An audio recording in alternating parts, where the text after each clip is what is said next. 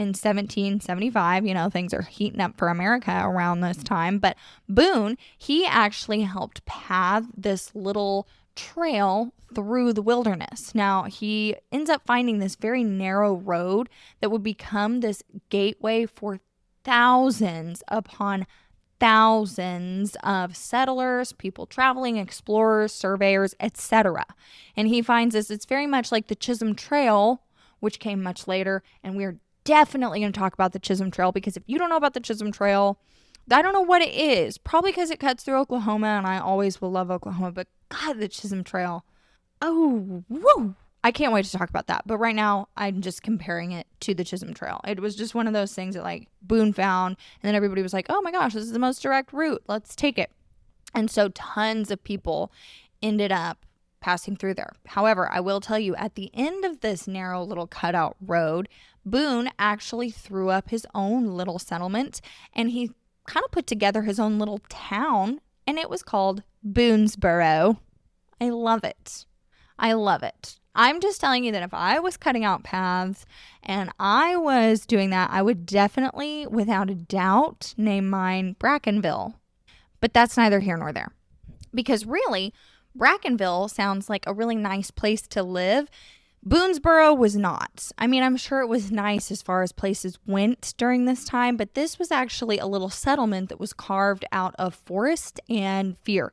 This was a place that had to be defended. This was not necessarily some little house on the prairie, settle down and turn some butter and, oh, Alfonso. This was full on survival. I mean, this was like for real, kind of dangerous. Stakes are high out here. The cabins that went up were constantly surrounded by different threats.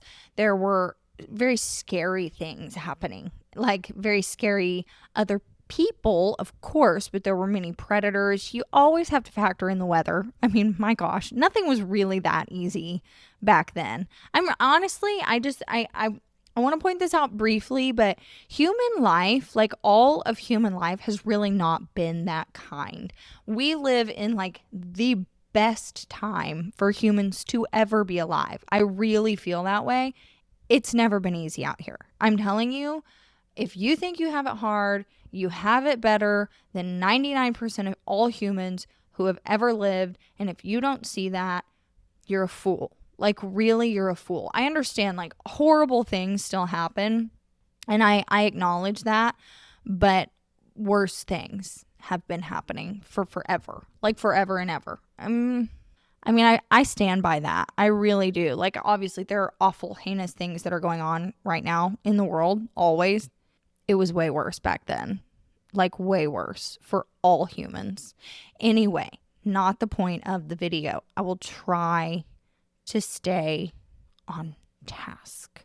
Boonesboro, danger, fear everywhere. Now, you would think that this would be a great time for Mr. Daniel Boone to just sit down, chill out. You found your home. This is where you wanted to be. You're here now. And to an extent, that was true. He was very much invested in his little state place, his home, this new place. Obviously, you would think that his town named after him, his settlement where all these people were, you would think he would be invested in it, and he was. He actually was defending something that really, really mattered to him, and he was completely in it. But by 1778, the wilderness once again caught him.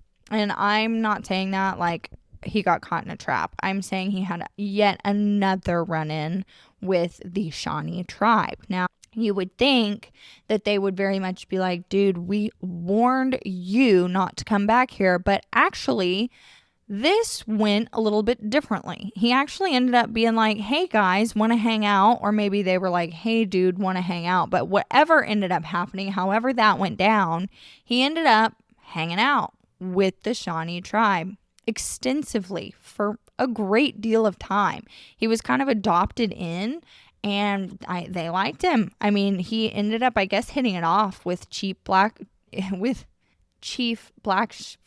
Good God, I can't speak.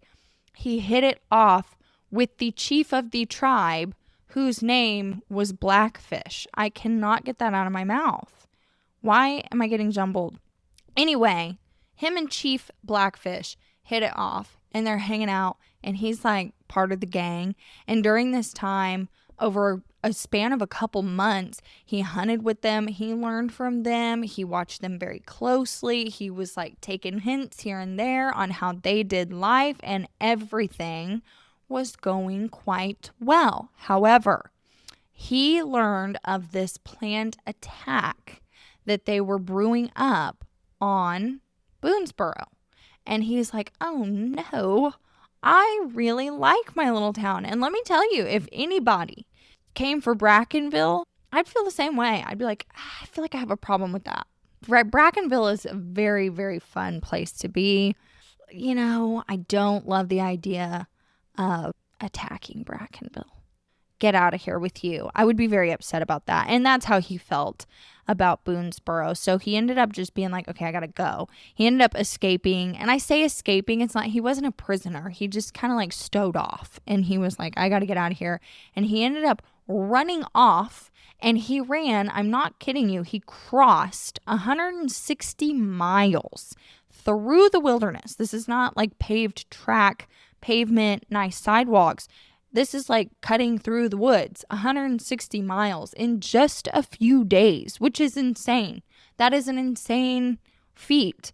I literally have trouble running like 2 miles on a treadmill because I just don't think God put me on this earth for cardio, which is a bummer. I would love to be a long distance runner. It doesn't. It's just, my body hates it, but not Daniel Boone. He was fine with it. He said, I gotta go out of here. And he did, and he ran.